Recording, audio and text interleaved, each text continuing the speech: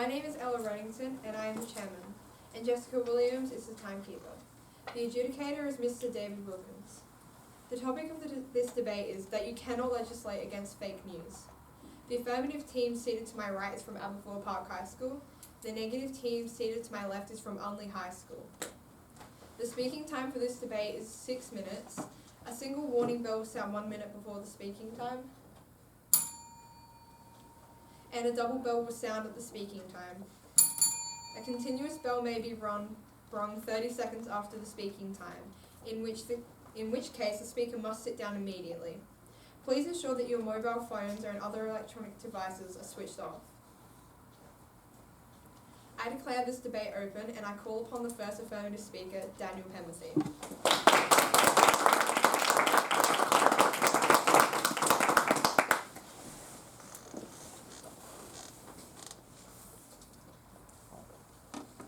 Good evening, Mr. Chairman, ladies and gentlemen. The topic for our debate is that you cannot legislate against fake news. We define news as newly received or noteworthy information that is accurate, significant, and relevant at the time of publishing for a well-informed, functional, and just society, and that fake news is the dissemination of rumour or speculation or inaccurate, misleading, or subjectively constructed reportage of current situations and events. We further define cannot legislate as that it is not practical, achievable, nor desirable to formulate and enforce a comprehensive law that will eliminate the reportage known as fake news in a democratic society. Therefore, we, the affirmative team, strongly believe the statement that you cannot legislate against fake news to be true. Today's first speaker, I will assert that legislation is not practical nor necessary, and our second speaker will make it clear that any legislation would be too difficult to define and articulate in a fair and socially acceptable way to be effective and enforceable. Our third speaker will rebut and sum up our team case. Firstly, it is important to note that destructive or dangerous fake news already falls under defamation laws that are current in our society. To reiterate, inaccurate statements which hurt the reputation of another by spreading false information about them represented as fact are already illegal under defamation law. Libel, when slanderous false information is published about somebody that would damage their reputation, falls under the same defamation law. Most fake news that is spread can be dealt with in this category, such as fake celebrity or political news, written to attract readers or make them view a certain person, group, or movement negatively or in a biased way. This fake news has been illegal for decades now under Australia's Defamation Act, the United States Constitution, and many other legal documents in other countries, and is classed as libel. For example, headlines such as Trump endorses violence against Antifa or breaking Kanye cheats on Kim with fan sound like textbook examples of fake news, right? Well, these articles would fall straight under defamation law and can be classed as libel because they are misleading, false, and damaging to the reputation of the subjects of the article. This can be applied to most fake news articles. This legislation is not needed because most of the problem it aims to solve can already be solved with an existing law.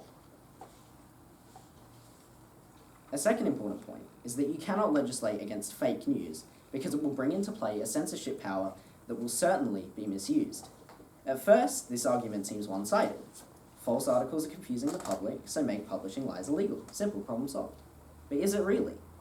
On one side, this is protecting people from wrong beliefs. But the fact that anyone can decide that some beliefs are right and some are wrong for other people is already a threat to a well-informed democratic society. If news can now be censored because somebody decides it is a lie or not worthy of airtime, the public lose their ability to form their own opinions and beliefs because there are no longer clashing viewpoints. The press lose their freedom, and the public are now only exposed to the news the person in power wants them to be. It has been long proven in history that freedom of the press is a crucial pillar for a successful democracy. The most notoriously corrupt governments at the moment also control the press. Take North Korea, for example.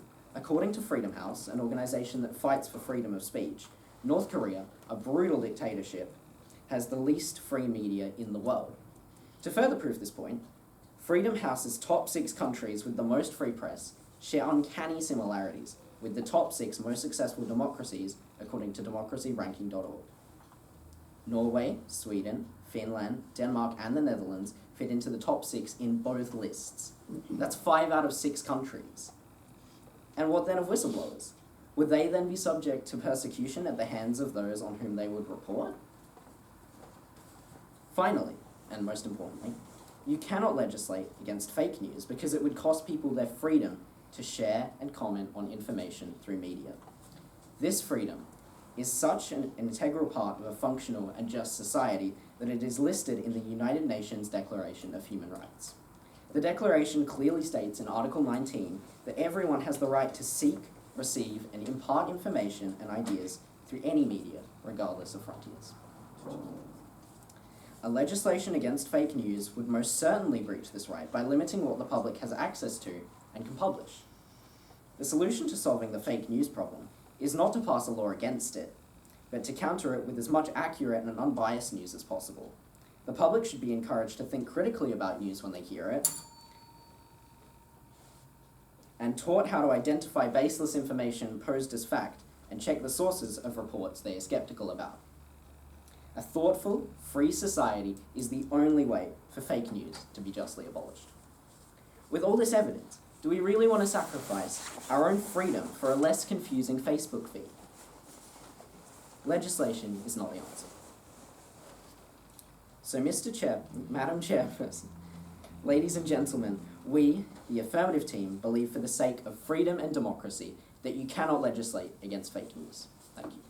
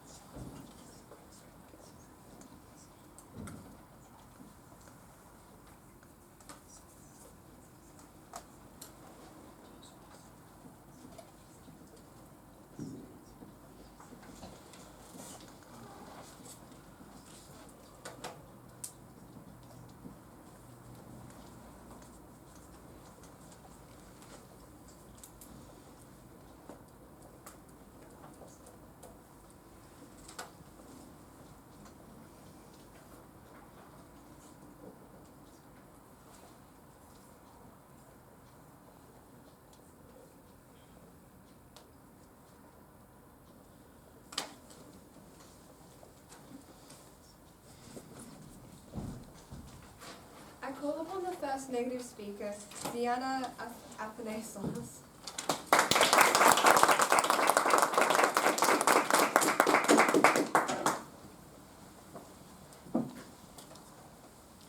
Good evening, ladies and gentlemen, and Chairman. The topic of tonight's debate is that you cannot legislate against fake news. We, the negative team, believe that this statement is completely false. Before presenting our team case, tonight, as first speaker, I, Diana, will be explaining why fake news is produced and the intentions of it. I will be explaining how these aims affect the public and thus give the Parliament the duty to produce legislation. Our second speaker, Daniel, will be expanding upon my speech by providing real-life cases of how fake news has drastically harmed society and will be explaining how to police fake news. Finally, our third speaker, Henry, will be summarising our team case, but not before pointing out some flaws in the opposition's case. Now for some rebuttal. The opposition speaker has tried to tell you that you cannot legislate against fake news because the government already has laws against it. This is wrong because all it proves is that it can and should be stopped, and as I will later explain, a legislative response to fake news makes sense. They've also tried to tell you that allowing lies in news and the media is similar to freedom of speech.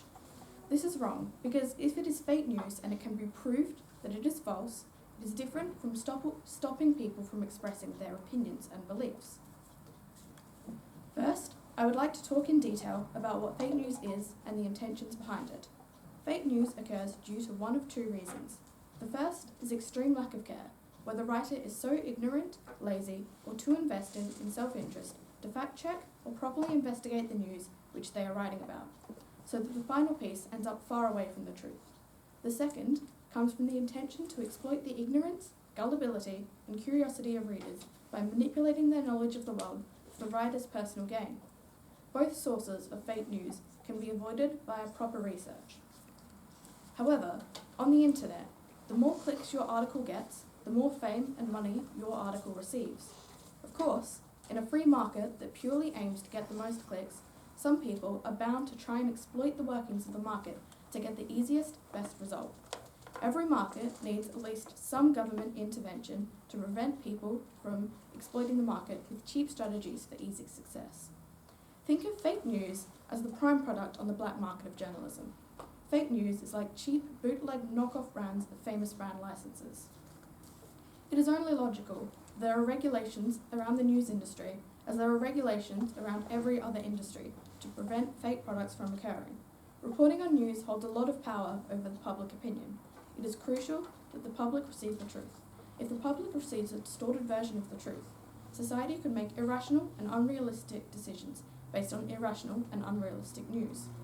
Fake news carries no detonations of the truth, nor any of the rightness of informing the community and fueling public debate that other concepts like freedom of the press have, because fake news aims to do the exact opposite. Fake news inherently destroys social cohesion and makes truth-seeking harder.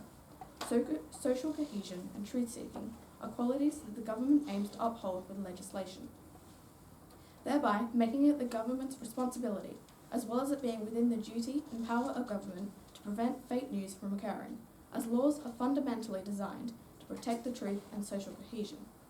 Protecting citizens from the misdeeds and negative impact of fake news is already recognised by one institution of the government and has been carried out in the past, the judiciary. Negligence and defamation are both grounds on which one can successfully sue, and in 2015, former Treasurer Joe Hockey successfully sued Fairfax and received $200,000 in damages for fake news. The court case was about an article with the headline that read, "Treasurer for Sale." The headline falsely implied that Mr. Hockey was corrupt. The judge found that the writer's motivation was not providing the truth, but was to damage and harm Mr. Hockey's reputation, as the writer didn't like him. This information was sourced from the ABC. This example shows that the government not only doesn't support fake news, but already imposes punishment on those who peddle fake news, proving that it is within the government's power and duty to deal with problems of fake news. It also shows that the perpetrators of fake news accept that they have done wrong and must make amends. Legislation makes sense. Why should judges have to refer to and interpret case law after case law to reach a no-brainer decision? A legislative response to fake news would legally clear things up, as judges would have an explicit law to refer to, thus saving our courts time and money. So, to recap, fake news inherently distracts the public from the truth and destroys social cohesion. It is the government's job to protect the truth and social cohesion, thus meaning that the government can legislate against fake news, as it is their job to do so. Examples like the Treasurer for Sale case show the malicious intentions and damage caused by fake news. It also shows how the government already punishes those who prove fake news, thus providing more proof that the government can legislate against fake news, as it is in their power to deal with it. So, ladies and gentlemen, I have convinced you of the truth of the proposition that you can legislate against fake news. Thank you.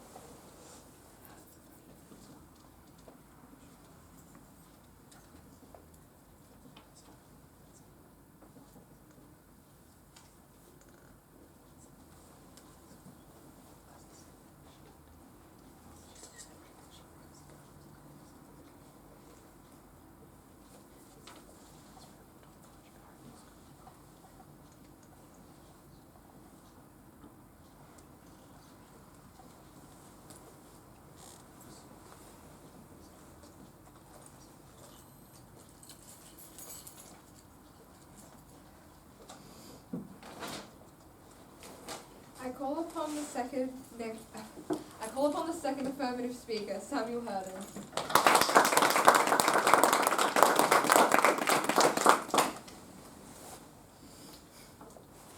Good evening, Madam Chairman, ladies and gentlemen. The topic for our debate tonight is that you cannot legislate against fake news. We, the affirmative team, strongly believe this statement to be true. Our first speaker has already talked to you about how most of fake news is already illegal, such as slander or libel, and he has also detailed the dangers of censoring news, and that legislating against fake news will impede upon our human rights and freedoms. As second speaker today, I will be describing the logical hurdles that one may encounter when trying to legislate fake news, and the dangers of allowing government to regulate journalism. Our third speaker will rebut and summarize our team case. Before I go on to my first point, allow me to correct some of the misconceptions the opposing team has attempted to convince you of earlier tonight. The first negative speaker said that slander is already illegal, showing that therefore fake news can be legislated against. The fact that slander is already illegal shows that making further legislation would be a waste of time and money. Why legislate on something that is already illegal? The first negative speaker also said that the Joe Hockey incident was a case of showing someone winning against fake news. Well, the Joe Hockey incident is a perfect example of slander, not fake news. They are purposely defaming against a person's character. This only shows that legislating against fake news is pointless, as one can already reach justice in court with our modern laws. Now on to my first point. In reality, fake news is far too subjective to accurately legislate against. There are too many instances of reporting that may be inaccurately labelled as fake news for legislation to be acceptable. Take, for instance, the earthquake that hit Adelaide earlier last week. News sources reported that an earthquake had shaken the city overnight, reportedly clocking in at a 1.4 on the Richter scale. However, meteorologists later discovered that it was instead a powerful thunderstorm. Would the journalists who reported this be held responsible for publishing fake news? Do the journalists' actions fall into fake news, or are they simply doing their job and reporting the facts as they become available? As previously stated, aspects of fake news such as slander and libel are already illegal, so if you want to clamp down on fake news, this form of reporting is what is going to be targeted. On the other hand, a journalist could report on an event without necessarily lying, but still twisting the info to fit a narrative. Say a celebrity is caught eating an ice cream, and a journalist reports that they are actively encouraging an unhealthy lifestyle. It isn't necessarily wrong to say so, but it isn't very accurate journalism either. This is the issue with trying to legislate against fake news. News articles often report on stories that are neither black nor white. They often cannot be objectively measured within a court of law, making it impossible to accurately and justly legislate. My second point is that no one can be trusted to control the press. For example, in an article written by Channel News Asia, Singapore aimed to introduce laws in 2018 to regulate their press to stop the spread of fake news. This law will reportedly give the government the ability to remove or correct fake news online and deal with the people spreading it.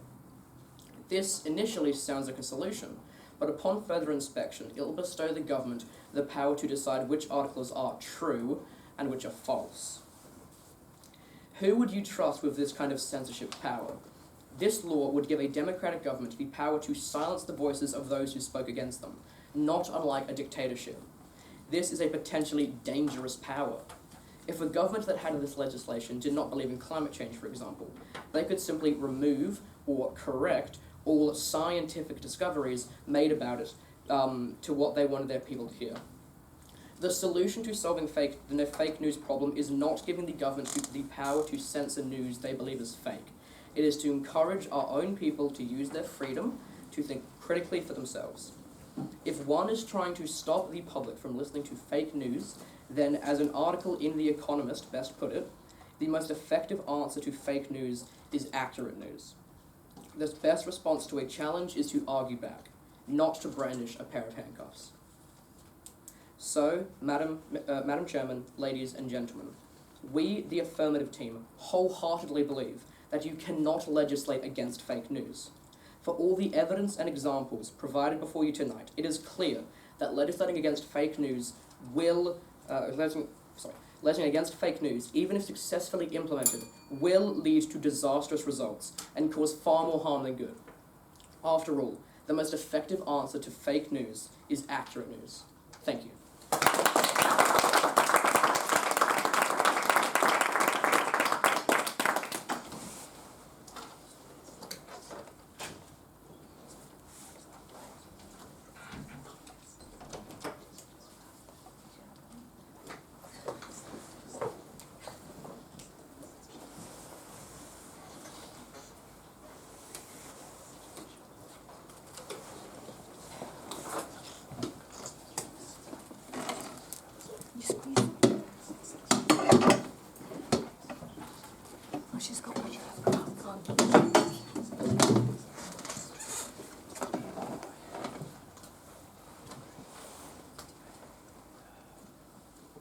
I call upon the second negative speaker, Daniel Allen.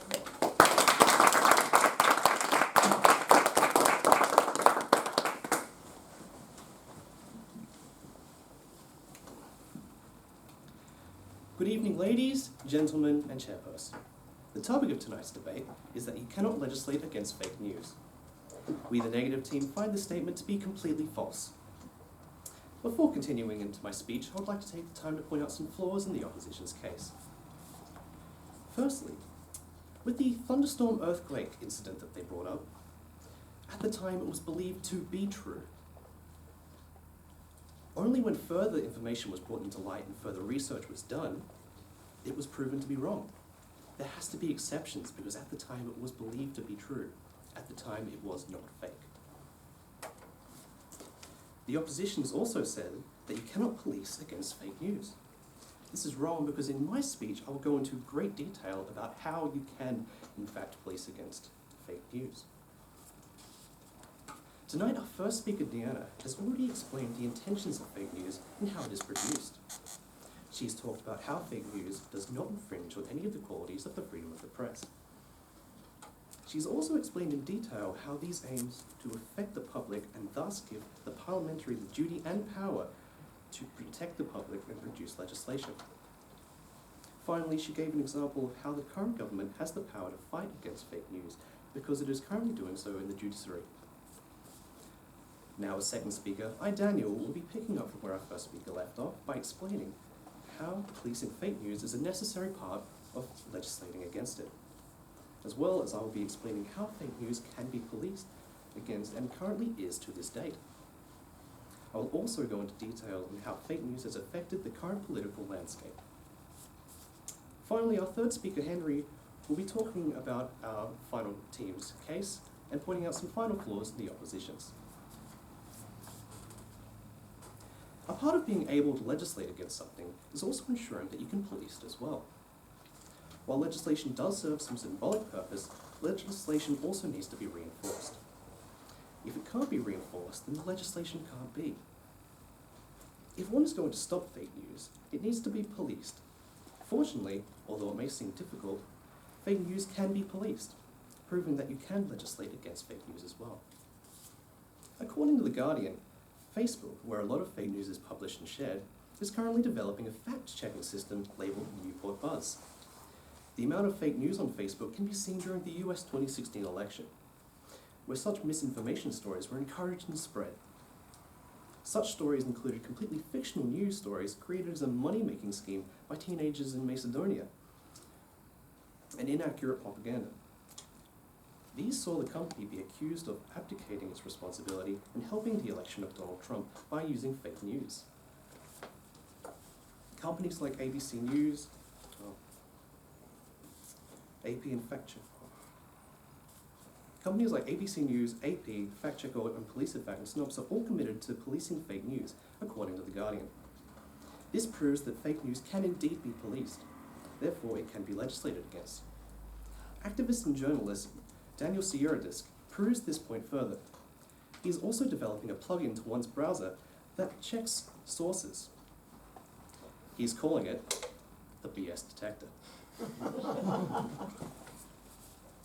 The many examples I've highlighted show that it is completely realistic to police fake news. And not only is it that it is realistic, but not difficult either, thus proving that legislation can be effective, and that legislation would serve a purpose by being able to reinforce and be policed. With continued support and development, Facebook's system and others can continue to evolve and get better.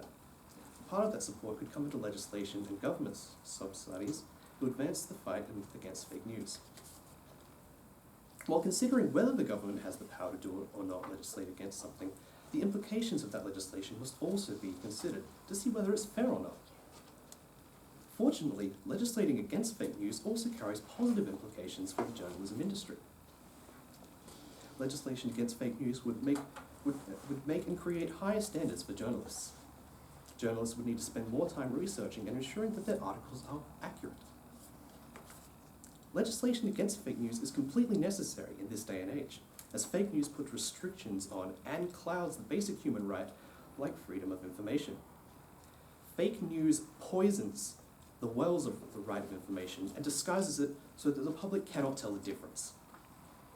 The question is, can the government legislate? Not should.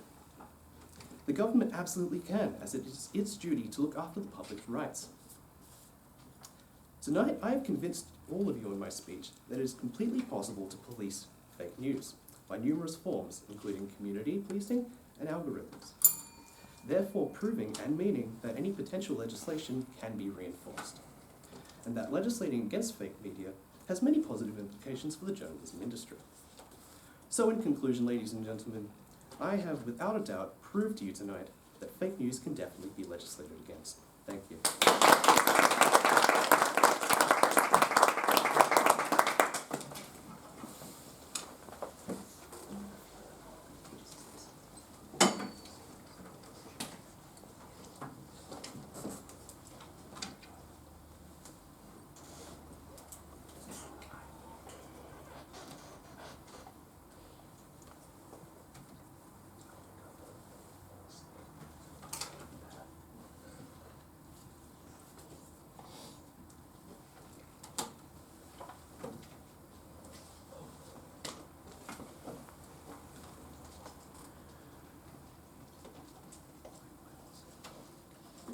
I call upon the third affirmative speaker, Kevin Harris.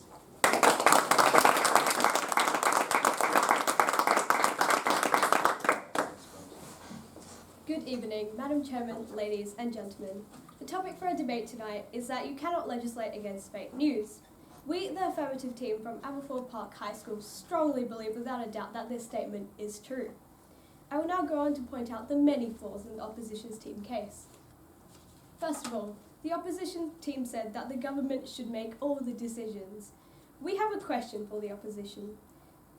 Once you do leave this decision to the government, is it reasonable to foresee an outcome where government censorship occurs? Absolute power results in absolute corruption. In a time of immediate news and polls, public perception can swiftly change the fate of both parties. It is an absolutely reasonable prediction to predict a scenario where a desperate individual or group in power could correct or deal with the news that they deem to be incorrect or misleading. So essentially, we are denying the public of the knowledge they deserve to know because of corruption. The opposition also said that in the hands of the government, once the media is in the hands of the government, this will undoubtedly give sole censorship. Are we heading to become the next North Korea, whose government controls everything and what people see? If we do not, the opposition also says, if we don't legislate fake news, it will be kept lawless and order will not be in place. Ladies and gentlemen, legislation is not always the answer. It is up to us as a society to fix what is morally wrong and correct these disastrous flaws. Legislation and law is not always the answer. Morals and ethics are the solution in this case. Ladies and gentlemen, we need to differentiate between the two. We need to learn to critically analyze and differentiate for ourselves. The opposition also said that fake news can damage reputations and obviously provide allegations. We already have a law for this. It is called the Defamation Act. This provides the law against slander. If we are to make a change, it will not be through legislating. It will be through cultural change and education of our people. The opposition also said that the public is not allowed freedom of speech. Well, and they also called the public not allowed to show lies. I ask you, who decides what is a lie? If the believer themselves believes it. Article 19 of the UN Declaration of Human Rights undoubtedly states that everyone has the right to important information and ideas through any sort of media regardless of frontiers. Does the opposition not realise that legislating fake news would impair this? The opposition also said that only courts deal with finding fake news. This is absolutely false. There have been recent articles by the Sydney Morning Herald that platforms such as Facebook and Twitter were given the decision to decide what is fake and what is true. Now, isn't this absurd? We are putting judgment into the hands of those who do not understand what judgment is. Is this not censorship?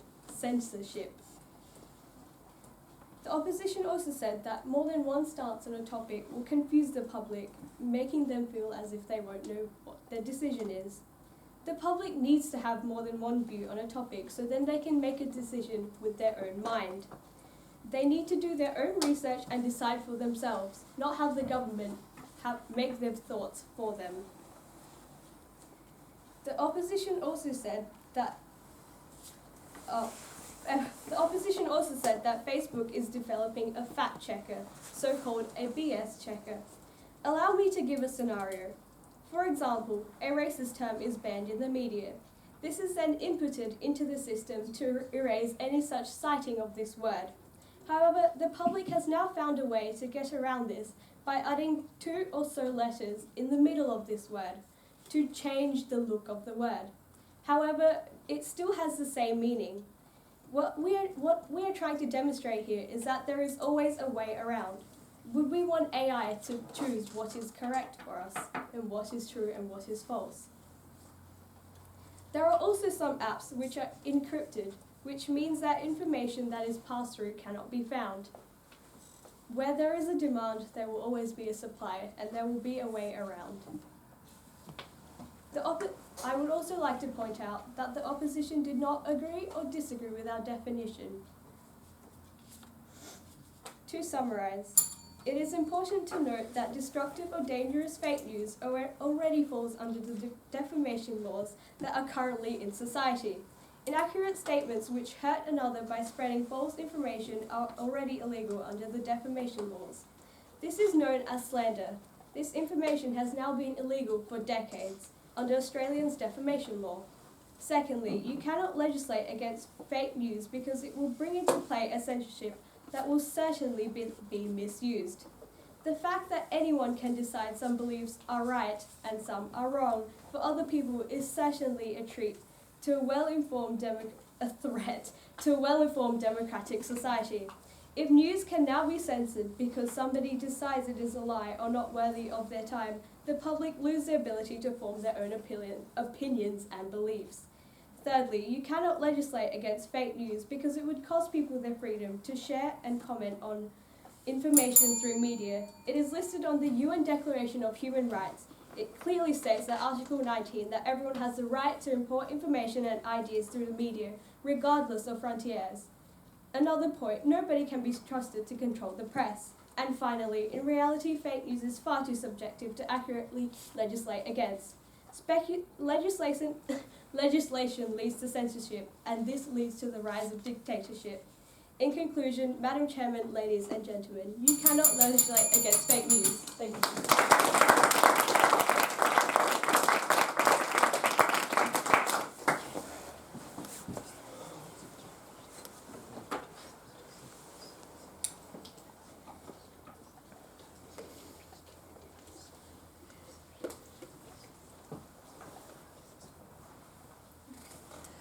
I call upon the third negative speaker, Henry Theo Swift.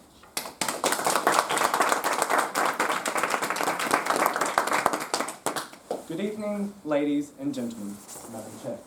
The topic of tonight's debate is that you cannot legislate against fake news, and we, the Native team, have proven that you cannot. You can. Debate over, they win. First, I'd like to point out that the opposition has time and time again, a major theme of their all free speeches is that these laws go against freedom of press and freedom of speech. However, this is false. In the opposition's own definitions, they said that fake news is lies, misdeeds, mistruths. There is no real self-expression here. These laws, freedom of press and freedom of expression, all aim to protect self-expression. However, there's no self-expression here. You're lying, you're not actually saying what you believe. And as in our first speaker's case, in which she pointed out the Joe Hockey incident, I'm sure the person who published that fake news article wouldn't want to be associated with that article or wouldn't want him to say that what he said there was what he believed in. They also said that this fake news will lead to government control and governments using it for their own benefit. However, the legislation, the legislative parliament does not reinforce the rules. They create the rules. The judiciary, the courts reinforce the rules. And the judiciary is unbiased. They have a system designed so that the judges and the juries have no connection with the parliamentary people, so there would be no problem here. They also stated that, on the same thing, them saying if there was going to be fake news, if there was going to be fake news laws, then the government would use it for their own benefit. However, they also said in the same speech that we have laws for defamation. So surely, if a defamation law exists, they would already be using that for their own benefit, and there will be a problem there. However, there is no problem with governments using this for their own benefit, so therefore the point is wrong. And this is also a very specific example of what a fake news legislation would look like. There are ideas of something that goes against someone's own free speech or personal speech. The topic is that you cannot legislate against fake news. We won't give you a specific thing that follows a specific act. Also, even if these laws were against freedom of speech and freedom of expression, referendums exist to solve these very issues. If it was found that there was a obscure law which means the government cannot legislate against fake news, a referendum would go ahead, it would go to the public, and the public would vote whether they wanted it or not. This is the point of referendums. Referendums have happened in the past where governments wanted to extend their power and they haven't been through legislation, they do it through referendums. So they can. They also pointed out that these defamation laws means that the government should not legislate against fake news. However, this is wrong. We are not saying whether they shouldn't or should not, as they said it'd be impractical, but it's whether they can or cannot. And the defamation laws prove that they can. Also on the matter of definitions and how we define things, us not saying whether we agree or not, and I know it's a bit unclear, but that was us saying we do agree with the opposition's definitions.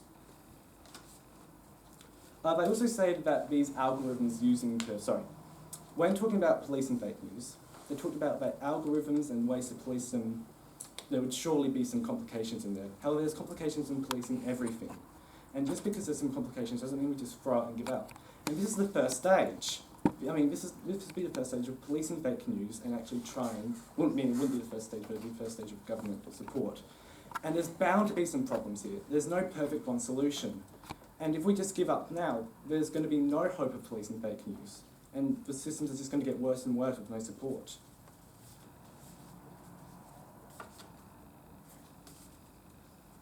They also said that as the public, we should be doing the right thing, and the better thing that they're not legislating against fake news is educating the public. However, part of the educating the public is to legislate against fake news. The government embodies the public. They're not two separate entities. By saying that the government is different from the public and that it would be wrong, the government is made up by public members, and the idea is that legislation reflects what the public wants. New laws come from what the public wants. You wouldn't apply this to anything else. You wouldn't say, oh, we shouldn't have laws against murder, we should just teach the public to be aware of not murdering. Fake news also does not equal controlling the media, as the opposition has said.